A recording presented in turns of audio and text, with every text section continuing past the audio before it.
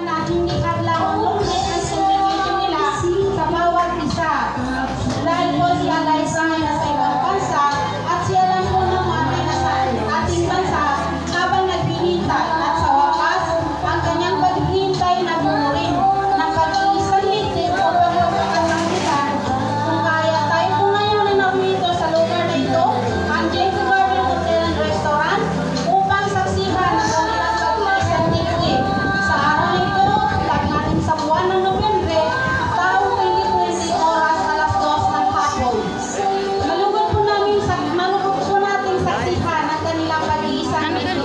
Alan sila Ngale and Eliza Barodi Abdul. Kung sa inyo, congratulations.